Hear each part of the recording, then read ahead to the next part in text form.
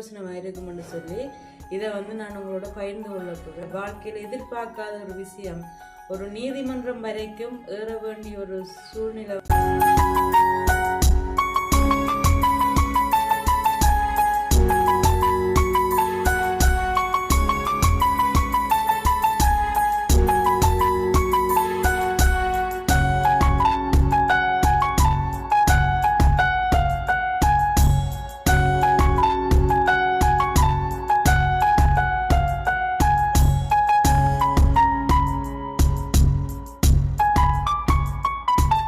எங்கள்கிட்ட கோயில் திருவிழா எல்லாம் முடிஞ்சுதா. இப்போ இன்றைக்கு வந்து ஒரு முட்டையை கொண்டு சாப்பாட்டுக்கு உபயோக மிதாக்குது.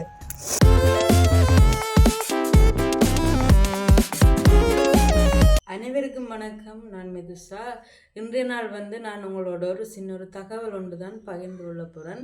அது வந்து உண்மைக்குமே ஒரு சிலருக்கு இல்லை நிறைய பேருக்கு அப்படி எதுவும் பிரயோசனமாக இருக்குமென்னு சொல்லி இதை வந்து நான் உங்களோட பகிர்ந்து கொள்ள போகிறேன். உண்மைக்குமே வந்து நாங்கள் வந்து எங்களோட வாழ்க்கையில் எதிர்பார்க்காத ஒரு விஷயம், ஒரு நீதிமன்றம் வரைக்கும் ஏற வேண்டிய ஒரு சூழ்நிலை வந்து எங்களோட வீட்டில் உருவாகிருக்குது. அது ஏன் எதுக்குன்னு சொல்லி இந்த வீடியோவில் நாங்கள் தொடர்ச்சியாக பார்ப்போம். அப்போ இன்றைக்கு பார்த்தீங்கன்னா 5ஆம் தேதி இந்த காணொலி நான் பதிவு செய்து கொண்டிருக்கிறேன். அப்போ 3ஆம் தேதி பார்த்தீங்கன்னா எனக்கு விடிய காலமே கொஞ்சம் வேலையில் இருந்த தையல் வேலையில் கொஞ்சம் உடுப்புகள் கொஞ்சம் கொடுக்க வேண்டியிருந்த நாடி. அப்போ நான் காலமே சாப்பாட்டை நிப்பாட்டிட்டு தைச்சி கொண்டிருக்கிறேன். தைச்சி முடிய நேரம் பார்த்தீங்கன்னா 10-11 மணிக்கிட்டே ஆயிட்டு. அப்போ சரி எல்லா வேலையும் முடிச்சுட்டு எல்லாம் எல்லாம் வச்சுட்டு அவைக்குமே வந்து சொல்லிட்டு உடுப்பு உங்களோட உடுப்புகள் வேலை தைச்சி முடிஞ்சது, நீங்கள் எடுக்க வாரண்டா வாங்கண்டா அப்படின்னு சொல்லி போட்டு நான் என்னுடைய சமையல் வேலைகளை செய்வோம்னு சொல்லிட்டு ஆயத்தப்படுத்தி கொண்டிருந்த நேரம் பார்த்தீங்கன்னா ஒரு கோல் ஒன்று வருது. நீங்கள் செல்வநாயகத்தின் மகள் தானோன்னு சொல்லி கதைக்க உங்களோட அப்பாவை போலீஸ் பிடிச்சிட்டாராமன்னு சொல்லி ஜிஎஸ்லேருந்து எங்களுக்கு ஒரு கோல் ஒன்று வருது. அப்போ உண்மைக்குமே வந்து எனக்கு திருப்பி என்ன கதைக்கிறன்ற விஷயம் வந்து எனக்கு தெரியாமல் போயிட்டுது. அப்போ நான் ஏன் பிடிச்சது, அப்போ இப்போ தான் நான் கடைக்கு போனது சாமான் எடுக்கிறதுன்னு சொல்லி அப்படின்னு சொல்லி போட்டு சரி வையுங்கோ நான் பாரன்னு சொல்லி போட்டு போனேன். நான் வச்சுட்டு வீட்டை போகிறேன். போயிட்டு அங்கே போய் இப்படி அப்பா போலீஸ் பிடிச்சிட்டான், டக்குன்னு வெளுக்கிடுங்க போவோம்னு சொல்லி டக்குன்னு நெல்லியடி போலீஸுக்கு போகிறோம். அப்போ நேரம் பார்த்தீங்கன்னா 11 அப்படி இருக்கும். நாங்கள் டக்குன்னு அங்கே அப்பா வந்து உள்ளுக்க பிடிச்சி கொண்ட ஒரு கதிரையில் இருத்தி கிடக்கு போலீஸ் ஸ்டேஷனில். அப்போ முதல் முறையாக இப்போ நாங்கள் வந்து போலீஸ் கோர்ட்ஸ் அப்படி இப்படி எதுக்குமே வந்து போனதுண்டு இல்லை. சும்மா அங்கண்ட காணி ஒன்று கோர்ட்ஸுக்கு பின்னுக்கு இருக்குன்னு சொல்லி அதைத்தான் பார்க்குறதுக்கு சும்மா பார்க்குறதுக்காக போனதான் கோர்ட்ஸுக்குள்ளே கால் எடுத்து வச்ச அந்த ஒரு நாள். அப்போ திருப்பி எங்களுக்கு இப்படி ஒரு பிரச்சனைக்கு எல்லாமே வந்து எங்களுக்கு ஒரு புதுசாக இருந்தது. அதை வந்து ஏற்றுக்கொள்கிற மனநிலையுமே வந்து எங்களுக்கு இல்லை. அப்போ அப்பா பார்த்தீங்கன்னா விடிய காலமே இந்த கடையில் வேலை செஞ்சு கொண்டு இருந்தது. செஞ்சுட்டு வந்து தண்ணி எப்பன் குடிச்சு போட்டு வேலை செய்கிறதுக்கு ஏதோ ஒரு பார்ட்ஸ் வேண்டணுமாம். வெயில் ஆகிடாக்கு புயல் ஆகிடாக்குன்னு சொல்ல நானும் பாருன்னு அப்படின்னு சொல்லியிருந்தேன். இல்லை பெட்ரோல் தட்டுப்பாடு தானே நீர் நான் போடுறேன்னு சொல்லி போட்டு போனவர் திடீரென்று எப்படி ஒரு கோல் வரைக்கும் எங்களுக்கு பல மாதிரியா போயிட்டு என்ன வருத்தமோ இன்னும் தெரியலை, என்ன நடந்தேன்னு தெரியாமல் டக்குன்னு அங்கே போயிட்டு பார்த்தா அங்கே போனால் ஏதோ பிரதேச பிரச்சனை, என்ன பிரச்சனைன்னு தெரியாது, என்ன காரணம் உண்டு இப்போ இவரை பிடிச்சதுக்கான காரணம் வந்து எங்களுக்கு தெரியாது. அப்பாவுக்குமே வந்து தெரியாது ஏன் பிடிச்சி கொண்டு போனோன்னு ஏதோ பிரதேச லெட்டர் வந்தான். அப்படி ஒரு தடக்குமே போலீஸ் ஆக்களை கூட தெரியலை அந்த விஷயம் வந்து ஏன் பிடிச்சான்னு சொன்ன விஷயம். அப்போ எல்லாரையும் கேட்டு அது சரி தெரியாது அப்படின்ற ஒரு பதிலுக்கு பிறகு சரி இப்போ இதுக்கு என்ன செய்கிறது, ஜிஎஸ் எனக்கு கால் பண்ணி சொல்லிங்க நீங்கள் போயிட்டு இப்போ புனி எடுக்கணும், இல்லையாண்டா உங்களோட அப்பாவை இதை ஒரண்டில் கொண்டு போயிடுவாங்களாம், நாளைக்கு தான் கோர்ட்ஸில் ஒன்று வந்து விடுவாங்களாமண்டா. உண்மைக்குமே ஒரு ஹாஸ்பிட்டலில் விட்டுட்டு வரவே எங்களால் வந்து அதை ஏற்றுக்கொள்ளாது. அந்த கொஞ்ச நாள் வருத்தத்துக்கு எல்லாம் எந்த காணொலியுமே வந்து நான் பகிர்ந்து கொள்ளல உங்களோட. ஏன் அப்படி பகிர்ந்து கொள்ளலைன்னா எந்த ஒரு பிரச்சனையுமே வந்து எங்களால் ஏற்றுக்கொள்ள இயலாது. அது பொதுவாகவே அப்படி பழகிட்டுதோ இன்னும் தெரியலை. உண்மைக்குமே வந்து அந்த வருத்த நிறங்கள் எல்லாம் நாங்கள் சுயநினைவில் இல்லாத மாதிரி தான் சாப்பிட்றது இல்லை, அப்படி இப்படியே திரிகிறது தான். அப்படி இருக்க இது வேறொரு பிரச்சனை. ஒரு கோர்ட்ஸு கூட்டிக் கொண்டு போகிறோண்டா ஜெயிலுக்கு தான் கொண்டு போயிடும். அப்போ அது ஒரு அனுபவம் இல்லாத உண்டு, அறியாத உண்டு, அப்படி அது நடக்க போகுதுன்றவே எங்களுக்கெல்லாம் அப்படியே தலையெல்லாம் இருக்கவளுக்கிட்டுது. சரி இதுக்கு என்ன செய்யலாம்னு அடுத்த கட்டம் பார்த்து கொண்டு போயிருக்க எங்கள் மச்சான் வந்து போலீஸாக இருக்கிறார். யாழ்ப்பாணத்தில் வேலை செய்கிறார். அப்போ அவர் கோல் அடிக்கணும், அவர் ஆன்சர் பண்ணல. அவர் தண்டை வேலையில் இருக்க எங்கண்ட கோல்களை எடுக்கிறது கொஞ்சம் கஷ்டம் தானே. அப்போ அவர் வந்து ஆன்சர் பண்ணல. திருப்பி எடுக்க அவர் ஒரு மாதிரி எடுத்துட்டார். எடுத்து என்ன பிரச்சனைன்னு தெரியும். ஏதோ லெட்டர் வந்து பிரதேச வேலைண்டா அப்பாண்ட கடைக்கு. அப்போ லெட்டர் வந்து எங்கள்ட கைக்கு கிடைக்காதனாடி நாங்கள் ஒன்றும் செய்யலாம் போயிட்டுது. அப்போ அதால் வந்து நெல்லி அடிக்க பார்ட்ஸ் ஒன்று எடுக்க போனவர் நெல்லி அடிக்க வச்சே பிடிச்சி கொண்டு போலீஸில் எடுத்துக்கிடாக்கண்டேங்க. அது வந்து எவ்வளவு கஷ்டமான ஒரு விஷயம். அது அப்பாவுக்குமே வந்து எவ்வளவு தூரம் பாதிச்சிருக்குமென்றதை நான் அண்டியில் உணர்ந்து கொண்டேன் நான். அப்போ அப்படியென்று சொல்லி கதைக்க எல்லா இடங்க வச்சு சொல்லி போனோம். விடையலாது நேராக கோட்ஸு தான் கொண்டு போகிறோம். நாளே தான் கொண்டு வருவோம்டா. அந்த ஒரு பொழுது வந்து அப்பாவுக்கு எப்படி போகும்ன்றதான் எங்கள்கிட்ட மைண்ட் செட். ஏன்டா ஒரு ஆஸ்பத்திரிக்கு பார்த்து நாங்கள் இப்படி நடக்கும்ன்றது வந்து எங்களை தெரியும். அப்போ என்ன செய்யுமன்ற விஷயமே வந்து அப்போ அது சரி வரான்னு சொல்லி எல்லாரோட எங்காச்சும் கடைசியாக ஜிஎஸ்க்கு மட்டும் நீங்கள் பிணை எடுக்கலாம்ன்ற மாதிரி தானே சொன்னீங்க. அப்போ என்ன மாதிரி இப்போ இப்படி சொல்லணும்னு சொல்ல நான் ஒரு நம்பர் தரேன், நீங்கள் அவரோட கதையும் கொண்டு சொல்லுவேன். நம்பர் ஒன்று தந்தவர். பின் அவருக்குமே வந்து எடுத்த கதைக்கு அப்புறம் அந்த மச்சானம் வந்து அந்த பொறுப்பதிகாரி எல்லாரோடையும் காய்ச்சி உடனம் கோட்ஸு கொட்டு உங்களை பிணா கொடுத்து விடுறோம்னு சொல்லி நாங்கள் வந்து அங்கே நின்றுட்டு நானும் மக்காவும் வந்துட்டு மற்றான் அங்கேயே நிற்கிறார் நின்றுட்டு அப்புறம் அங்கேருந்து வளர்க்கிட்டு பருத்துற கோட்ஸுக்கு வரைக்கும் தான் நாங்கள் இங்கேருந்து கோட்ஸு போனது. தான் வீட்டை போயிட்டு உடுப்போடு மாற்றிட்டு என்ன வேலத்தில் கண்டு உடுப்பட போனது அதோட கோட்ஸுக்குள்ளே விட மாட்டேனோம்னு சொல்லி போட்டு உடுப்பெல்லாம் மாற்றி போட்டு போய் அதுக்கு பிறகு தான் எங்களுக்கு அப்பையும் பிரச்சனை தெரியல. உள்ளுக்க போயிட்டு பிணை எடுத்து கொண்டு வந்தாச்சு. பிறகு நாங்கள் சொன்னோம் என்ன பிரச்சனைன்னு தெரியாமையும் தேவையில்லாமல் இப்போ கோட்ஸ் வரைக்கும் ஏறியாச்சு, என்ன பிரச்சனைன்னு நீங்கள் போய் பிரதேச கேட்கத்தான் வேணும் என்னென்னு போய் கேளுங்கன்னு சொல்லி நேற்றைக்கு போயிருந்தார். அப்போ அந்த கடை நடத்தினா அதுக்கான வரி வந்து கட்ட வேணும். அப்போ நாங்கள் 2025ஆம் ஆண்டு 4ஆம் மாதமே வந்து அப்போ காலையெல்லாம் வந்துட்டுது ஆப்ரேஷன் எல்லாம் செய்து எல்லாருக்குமே வந்து இந்த விஷயம் தெரியும். அப்போ அப்பயே நாங்கள் கடை விட்டுட்டு வாடகை காசு கொடுத்து கொண்டு இருந்ததான். அப்போ கடிதம் போனது கடை பூட்டியிருந்த கடைக்கு தெரியாது. அது வந்து எங்களுக்கு கைக்கு வந்து சேரவும் இல்லை. வேண்டினவர்களும் அப்படியே விட்டுட்டோமோ இல்லை கடிதம் கொடுக்கலையோ என்னவோ தெரியலை. கடிதம் வந்து எங்களுக்கு கிடைக்கல. இப்படி வரி கட்டலையேண்டா அது எங்களில் பிள்ளைதான், அதை நாங்கள் கட்டி இருக்கணும். கட்டாதது எங்களில் பிள்ளைதான். ஆனால் அந்த கடிதம் கிடைக்காம ஒரு சின்ன ஒரு விஷயம் உண்மைக்குமே வந்து இது வரி கட்டையிலேண்டா ஒரு இது ஐசி நம்பர் இருக்குண்டேக்கு அவற்ற அட்ரஸ்கள் எல்லாமே வந்து அந்த இதில் கிடைக்கும். அப்போ அந்த கடிதம் அங்கே கிடைக்கலேண்டா கிடைக்கக்கூடிய ஒரு வழிமுறை செஞ்சு போட்டு அடுத்த கட்டம்தான் இப்படி பிடிச்சிருக்கணும். ஒரு பப்ளிக்கில் வச்சு ஒரு குற்றமே செய்யாத ஒரு ஆளை வந்து பிடிச்சி ஏற்றி கொண்டு போய்க்க அவன் மனநிலை வந்து இப்படி இருக்குமென்ற விஷயம்தான் நாங்கள் யோசிக்க வேண்டிய ஒரு விஷயமா இருந்தது. அப்போ பிறகு நேற்றைக்கு கொண்டு அந்த காசு 1500 காசு கட்டி போட்டு வந்தாச்சு. அப்போ இன்றைக்கு வந்து 5ஆம் தேதி கேஸ் நடந்தது வழக்கு. அங்கே போனால் சரி உங்களோட வழக்கு வட்டியாச்சு போங்கன்னு சொல்லி விட்டாச்சான். அப்போ 3ஆம் தேதி இரவு பார்த்தீங்கன்னா அப்பா நித்திரையே கொள்ளையில சாப்பிடல. நேற்றைக்கும் ஃபுல்லாக சாப்பிடல. தனியாக பிளேன் பிஸ்கெட் அப்படி இருந்தால் சாப்பிட்டு கொண்டு இருந்தது. இன்றைக்கும் காலமாக சாப்பிட நான் போயிட்டு வரேன். இன்றைக்கு வெள்ளிக்கிழமை என்னாச்சு சன்னதிக்கு ஒரு கப் போகணும் போல இருக்குது. போட்டு வந்து ஒரு கப்பு நேரங்கள் தாண்டு காய்ச்சி கொண்டு இருந்தது. ஆனால் இன்றைய வியாழக்கிழமை என்ற விஷயத்தை கூட மறந்து அவ்வளவு தூரத்துக்கு அந்த ஒரு விஷயம் பாதிச்சிருக்குன்ற வந்து தெரியுது. அப்போ இதை போல் நீங்களுமே வந்து கடை நடத்துகிறார்கள் பதிஞ்சு தான் கடை நடத்த வேணும். அப்போ அதுக்கான வரி பணங்கள் எல்லாம் தவறாமல் செலுத்த வேணும். இப்படி கடிதங்கள் வருமன்றதுக்காண்டி இப்போ நாங்கள் கடை தொடர்ந்து நடத்துவோம் இல்லை தான். நாங்கள் கடையை விட்டாலும் அதோட சரியான முறையில் போயெல்லாம் பட்டி எங்கள்ட பேரில் இருக்கிற எல்லாம் நீக்கி விட வேணும். அதை விட முக்கியமான விஷயம் இருக்கிற வீட்டு அட்ரஸையுமே வந்து கொடுத்துருக்கணும். ஏண்டா அப்பாண்ட கடை நெல்லியில் இருக்கிறனாடி அந்த அட்ரஸை கொடுத்தது. இங்கே எங்கண்ட அட்ரஸ் வந்து அதில் போடாதனால தான் அந்த கடிதங்கள் வந்து எங்களுக்கு கிடைக்காம போனது.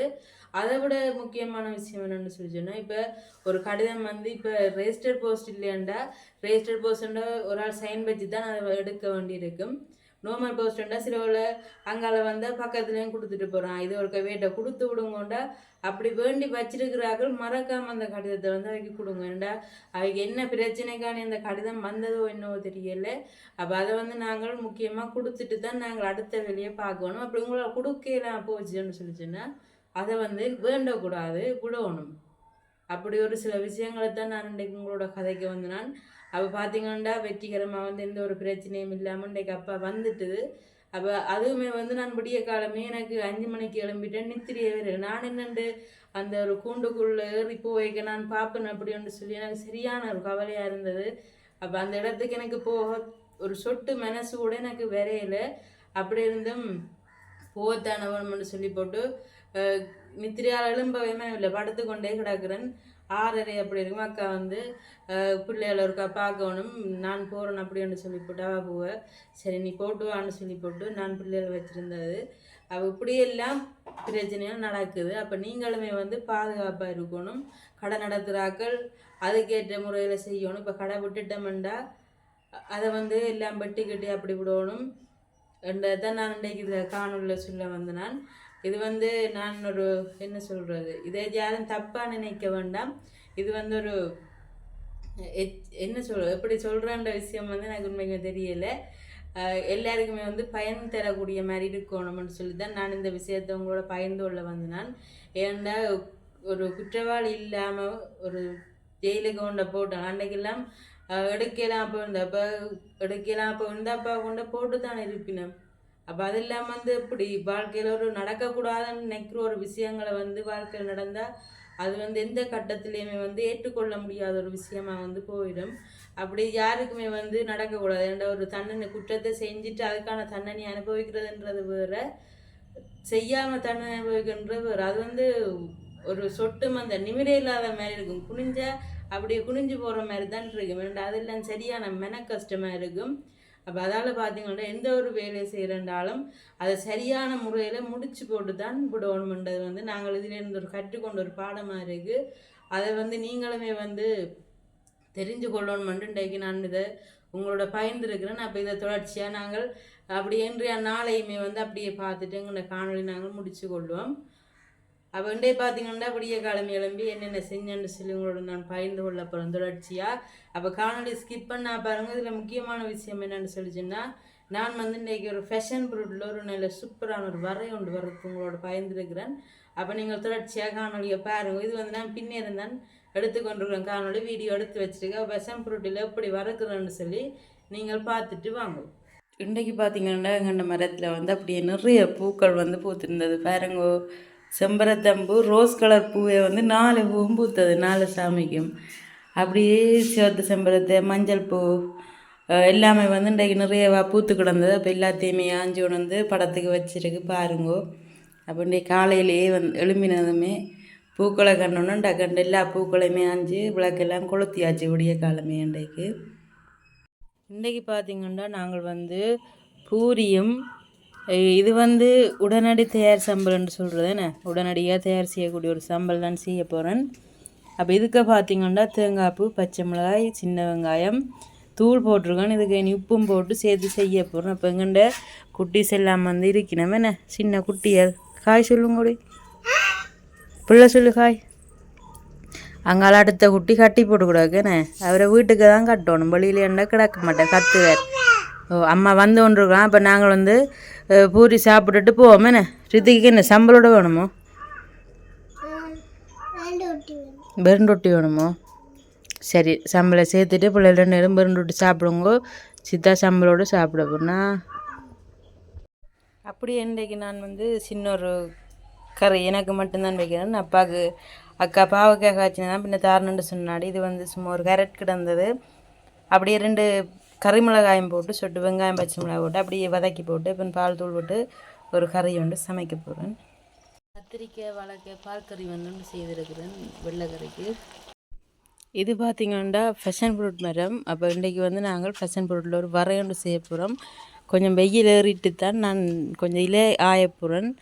ஆஞ்சி போட்டு எப்படி சமைக்கிறது வெட்டுறதுன்னு சொல்லி உங்களோட பகிர்ந்து கொள்கிறேன். பாருங்கள் சின்னனா வச்சது நல்ல வடிவாக வளர்ந்து வந்துட்டுது. இது வந்து இலையில் ஆயக்கூடிய கட்டத்துக்கு வந்துட்டு 2 இலையில பாருங்க இப்படி பழுத்து விழுந்துடும் நாங்கள் ஆயாத இலையால். அப்போ நாங்கள் வந்து நோம்பலாம் மரத்துக்கு நோகம் வந்து மெதுவாக வெட்டி ஆய வேணும்.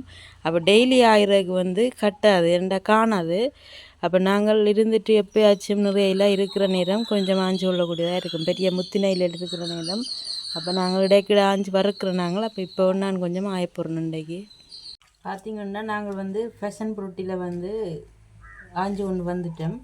அப்போ கொஞ்சம் தானே ஆஞ்சினாங்கள், ஒரு வரைக்களவானது ஏண்டா சின்ன மரம் தானே, பின் அதால் வந்து கொஞ்சம் ஆஞ்சினாங்கள். அப்போ அதை நாங்கள் நல்ல வடிவாக ஒரு தண்ணியில் கழுவிட்டேன், இன்னொரு தண்ணிக்குள்ளே போட்டு வச்சுருக்கிறேன். ஏண்டா சுத்தமாக வந்து கழுவி போட்டு தான் நாங்கள் பாவிக்கணும். இப்போ பார்த்திங்கன்னா இப்படி மடித்து போட்டு எவ்வளவு குட்டி குட்டியாக வெட்டணுமோ அவ்வளவு குட்டி குட்டியாக வெட்டணும். அப்போ தான் இதை வர வந்து சூப்பராக இருக்கும்.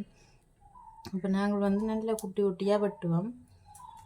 அப்போ இந்த பேஷன் ஃப்ரூட் இலையில் நன்மைகள் என்னென்னு பார்த்தோம்னு சொன்னால், இது வந்து இரத்த அழுத்தத்துக்கு வந்து உண்மைக்குமே வந்து ஒரு சிறப்பான ஒரு இலைன்னு சொல்லினோம்.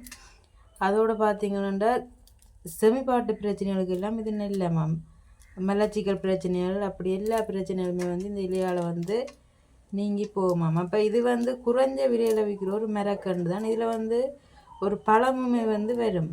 அது நல்ல பெருசாக வளர்ந்து அப்புறம் வரும்னு நினைக்கிறேன். நாங்கள் வீட்டை வச்சதுலேயும் வரையில்லையண்டு, அதுலேயும் அவ்வளோ பெருசாக வளரையில மரம். ஒரு அளவாக நல்ல வடிவாக வளர்ந்தது, இலையெல்லாம் கூட வந்தது, ஒரு பழமே வந்து வரையில. பார்ப்போம் எங்களுக்கு பழம் வருதோ என்னமோன்னு தெரியல. நீங்களுமே வந்து வேண்டி வச்சு இப்படி இலையல் வறுத்து சாப்பிட்றது உண்மைக்குமே வந்து சிறப்பாக வந்துருக்கும். இது வந்து நான் கடையில் தான் வேண்டான், சின்ன ஒரு கண்டு 150 ரூபான்னு சொல்லி 2 வண்டி கொண்டு வந்து வச்சுனான். ஒன்று வந்து பழுதாக போயிட்டுது, ஒன்று வளர்ந்து வந்துருக்குது. பார்த்திங்கன்னா இப்படி நாங்கள் நல்ல குட்டி குட்டியாக வெட்ட வேணும்.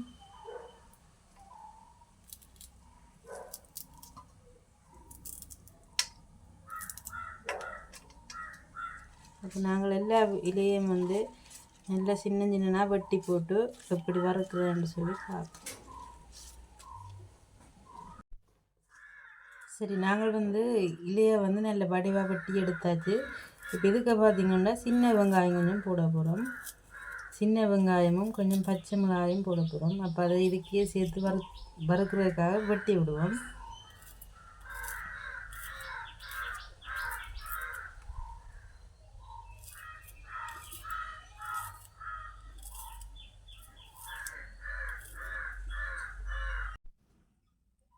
ஓகே, பார்த்திங்கன்னா சட்டி வந்து நல்ல வடிவாக காஞ்சிட்டு இப்போ நாங்கள் ஒரு சொட்டு எண்ணெய் தான் விட போகிறோம். சரி, அப்படியே நாங்கள் இலையை போட்டு வறுப்போம்.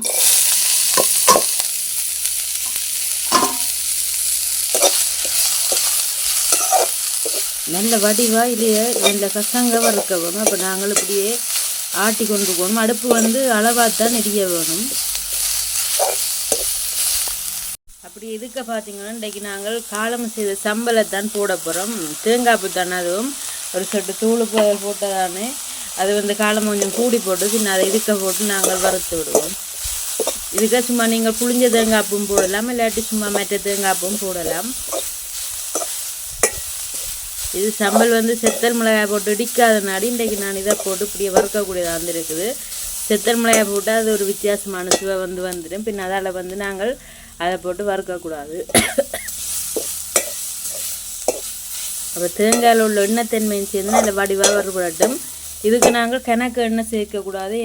என்று சொல்லி சொன்னால் இது வந்து ஒரு சத்துக்காக சாப்பிட்ற ஒரு சாப்பாடு. பின் அதுக்கு நாங்கள் எண்ணெய் அளவு எல்லாம் ஊற்றி பழுதாக்கக்கூடாது. அப்போ நாங்கள் வந்து ஒரு சொட்டு எண்ணெய் தான் போட்டு வதக்கணும் இல்லையா. அடுப்பு வந்து கொஞ்சம் எரியுது கூடுவா. இவ்வளவு தான் வந்து வேலை. இன்னும் ஒரு சொட்டு எண்ணெய் இப்படி ஆட்டி போட்டு நாங்கள் இதை ரக்கி எடுக்க. சரி, பார்த்திங்கன்னா நல்ல வடிவாக வறுபட்டு வந்துட்டுது. அப்போ இதுக்கு பார்த்திங்கன்னா நான் உப்பு இன்னும் போடையில், ஏன்னா சம்பளம் உப்பு போட்டதானே, பின்ன அதால் வந்து நான் இதுக்கு போடையில் சாப்பிட்டு பார்த்து காணாதுன்னு சொல்லி சொன்னால் ஒரு சொட்டு உப்பு சேர்த்துக்கொள்ளக்கூடியதாக வந்து இருக்கும். தூள் உப்பு தானே, அப்போ அதை வந்து நாங்கள் சேர்த்துக்கொள்ளலாம். அப்போ இப்படி நீங்களும் செய்து சாப்பிட்டு பாருங்க, ஒரு சூப்பரான வரை உண்டு. அப்படியே சமையல் இல்லாமுடைய எங்கள்ட வயிற்றை வந்து குளிர்மைப்படுத்துறதுக்காண்டி ஒரு ஐஸ் பழம் ஒன்று இருந்தது. நாளாக வெயிட்டிங்கில் ஃப்ரிட்ஜுக்குள்ளே இருந்ததை எடுத்து நான் குடிச்சு கொண்டிக்க. பிறகு எங்கண்ட விட்டு ஜுங்காவும் விட மாட்டேன்டான். பின்ன அவனுக்கும் டக்காண்டு ஒரு கொஞ்சத்தை கொடுத்தது, இந்தாடா நீயும் குடியான்னு சொல்லி பின்ன அவனும் வடிவாக குடிச்சு போட்டு, ஆளுக்குமே வந்து அது விருப்பம் இல்லை கொஞ்சம் அவ்வளோவா. ஏன்னா அதோட சுவை வந்து கொஞ்சம் வித்தியாசமாக இருந்தது. பின்ன ஆளுமே வந்து சும்மா தந்துட்டேன்ன்றதுக்காண்டி குடிக்கிறார். அப்படியே பார்த்திங்கன்னா என்னுடைய சமையல் வந்து இன்றைக்கி ரெடி ஆகிட்டு. அப்போ எங்கள்கிட்ட கோயில் திருவிழா எல்லாம் முடிஞ்சுது. அப்போ இன்றைக்கி வந்து ஒரு முட்டையை கொண்டு சாப்பாட்டுக்கு உபயோகிக்க மிதாக்குது. சரி, மிதக்கிறதுன்னு சமைச்சானா அப்போ ஒரு முட்டை உண்டு அவிச்சது. அப்போ இதுதான் வந்து எங்களுடைய இன்றைய மதிய உணவு. அப்பா இன்னும் வரையில் பாவக்காய் கறியும் அப்பாவும் வந்த அப்புறம் சாப்பாட்டை கொடுப்போம். நான் வந்து சாப்பிட போகிறேன். சரி, ஓகே. எங்களோட காணொலி நீங்கள் பார்த்துட்டு வந்திருப்பீர்கள். அப்போ நான் வந்து காணொலியை முடிச்சு கொள்ள போகிறேன். என்னுடைய சேனலில் மறக்காமல் சப்ஸ்கிரைப் பண்ணி போட்டு பாருங்கள். வீடியோ ஸ்கிப் பண்ணா பாருங்கள். அது வந்து எங்களுக்கு ஒரு சப்போர்ட்டாக இருக்கும். அப்போ உண்மைக்குமே வந்து எவ்வளோ பிரச்சனை நடந்து கொண்டிருக்குது. இப்போ ஈரானில், அமெரிக்கா, இஸ்ரேல் எல்லா இடமும் பிரச்சனை. அதால் பாதிக்கப்படுது. அரபு நாடும் கூட பாதிக்கப்படுது. அப்போ அரபு நாடுன்றைக்கு கட்டாரில் வந்து என்னுடைய கணவருமே வந்து நிற்கிறார். இப்போயுமே வந்து அலர்ட் வந்து கொண்டு இருக்காம், அடிக்க போகிறாங்கன்னாரு. அப்போ நானும் வாட்ஸ்அப்பில் ஒரு இது ஒரு குரூப்பில் இணைஞ்சிருக்கிறேன். அதுலேயும் செய்திகள் வந்து கொண்டே இருக்குது. உண்மைக்குமே வந்து ஒரு காணொலி எடுக்கிற அளவுக்கான மனநிலை இல்லை. இருந்தாலுமே வந்து ஒன்று போட்டு தான் ஆகணும்ன்ற ஒரு சூழ்நிலையில் இருக்கேன். இன்னும் இருக்கிறது 2 மாதம், அதிலே நாட்கள் எண்ணி சொல்லக்கூடிய மாதிரி இருக்குது. அப்போ அதால் வந்து நான் ஒன்றையும் விடையெல்லாம் கிடக்குது. அதால் ஒரு காணொலியாக பயந்து விடுறேன். அப்போ முடிஞ்ச அளவுக்கும் சப்போர்ட் தாங்கோ, வீடியோ தொடர்ச்சியாக பாருங்கோ. நாளைக்கு இன்னொரு காணொலி உங்களை சந்திக்கிறேன்.